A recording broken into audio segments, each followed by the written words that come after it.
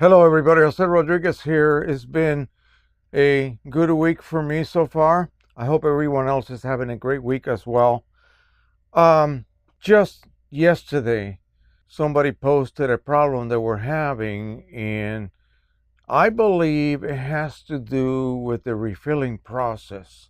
Now, if you're using a Pro 10 or a Pro 100 and you're sticking with original cartridges, in other words, you are not modifying anything, you're not refilling with any other source, you should be getting perfect results. I mean, as perfect as possible, assuming, of course, that your workflow is correct and you're utilizing the correct color management procedures. You should be getting perfectly neutral results. Now, in my case, my Pro 10 is using original cartridges, of course, that I am now refilling with OEM ink. So I'm getting the same quality that I would get whether I was purchasing new cartridges every single time I needed one, or just doing what I do, which is reset and refill. And that has to be done perfectly. And we'll get into that in a minute. Now, my Pro 100, again, the same thing, but that's a little bit more touchy of a subject. These are sponge type cartridges. They require almost a perfect refill procedure.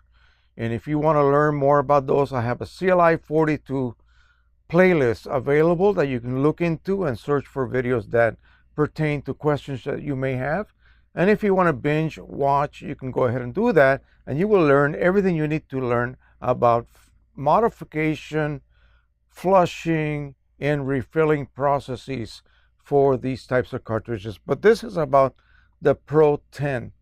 If you are running original cartridges all the time, your ink flow is going to be pretty much perfect, barring any kind of, I don't know, rare manufacturing problems that may have occurred during the process. But most of the time, you will get perfect results.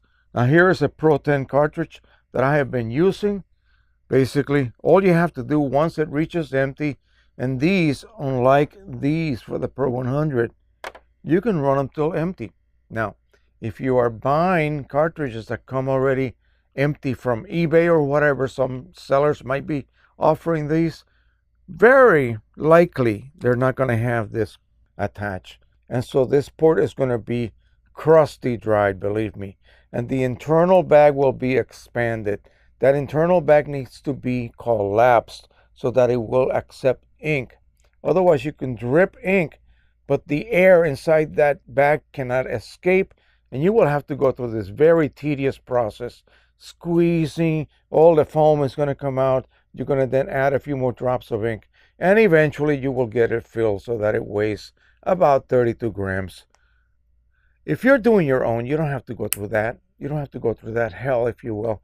You can just immediately reset it, wait for it to reach empty. It doesn't really matter. By the way, there's no reaction with the yellow ink, so don't even ask. These are perfectly reusable as they are. The minute they are empty, then proceed to fill them. Use a bottle with your proper ink and drip, drip, drip. Place this on top of a scale and just watch it increase in weight. It will reach 32 grams. And here's a trick. You want to assure that there's no air in it. So on a hard surface, do this. Give it a little wrap. Wait a few seconds. Give it a squeeze. And wait for a puddle of ink to literally form on that exit sponge. This is about almost empty anyway, so that's not going to happen.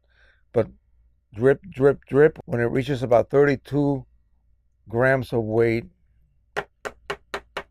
wrap it a little bit, make sure that all air have escaped to the top, and then eject them by squeezing. Okay? That's all you have to do. And make sure that when you squeeze, the puddle then goes back down when you let go. Don't squeeze really hard. It doesn't really take that much pressure. The bag inside is pleated. It's like an accordion.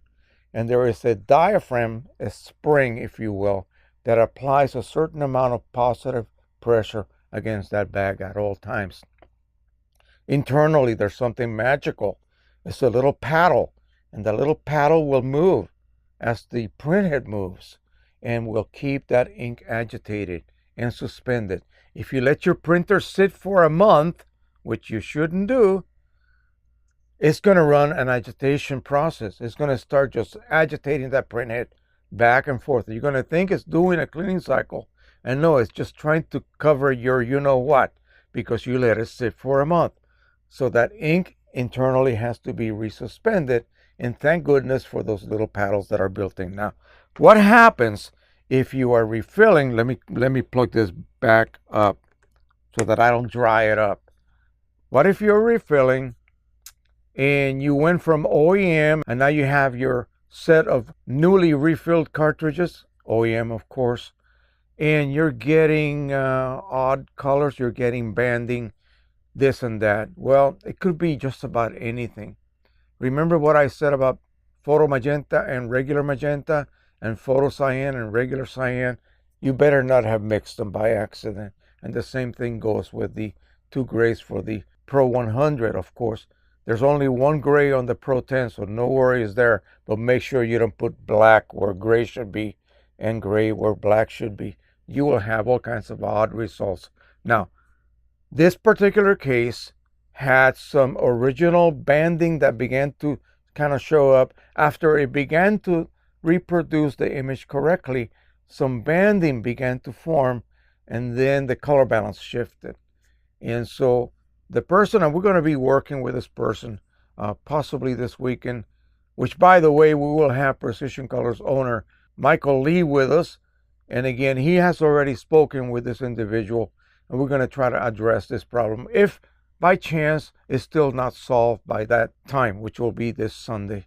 All right, so before you guys get ahead of yourself, it is only June the 3rd, so don't watch this a month later and think that we're talking about real time right now.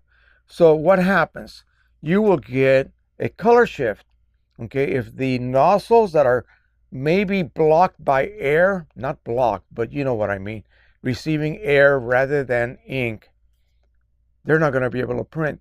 And that's bad, of course, for color balance results, and also bad because you got to keep those nozzles cool.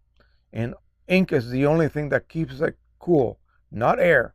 So you got to be very careful. When you see problems like that, immediately stop and just go to the heart of the problem, which is probably the cartridge, and refill it, top it off. Make sure all the air is out. Make sure that when you squeeze that side, you get a nice puddle of ink, okay? That's what you're looking for. That should allow you to feed sufficient ink flow to that printhead, and that's the most important thing when dealing with these printers like a Canon Pro-1000, Pro-10, Pro-1, Pro-100. Any of the Canon printers require ink to keep the heads cool. Now, this is what you should be getting. Okay, when you print a standard image, and this is one that you guys probably have never seen before. Pro 100 results here. Everything is perfect.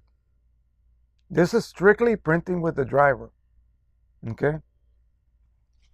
This is for Precisioncolors Signature Edition, by the way.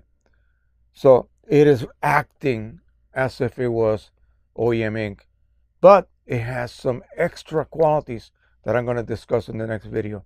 Now, the most important thing is, of course, correct color rendition. We're talking about neutrality here. Your monochrome images, they have to be neutral. Okay, they cannot be green, they cannot be magenta or cyanish or yellowish. They have to be correctly rendered as neutral. Now, if you guys watch my recent How to Print a Black and White live, this is the result that I just got from my good friend here. We did a bit of a photo shoot downtown by the Lincoln Memorial overlooking at the Washington Monument here. And this sucker is perfectly neutral. I did it with the Pro 100. You saw it coming out. If not, go back and watch that video. Follow my process.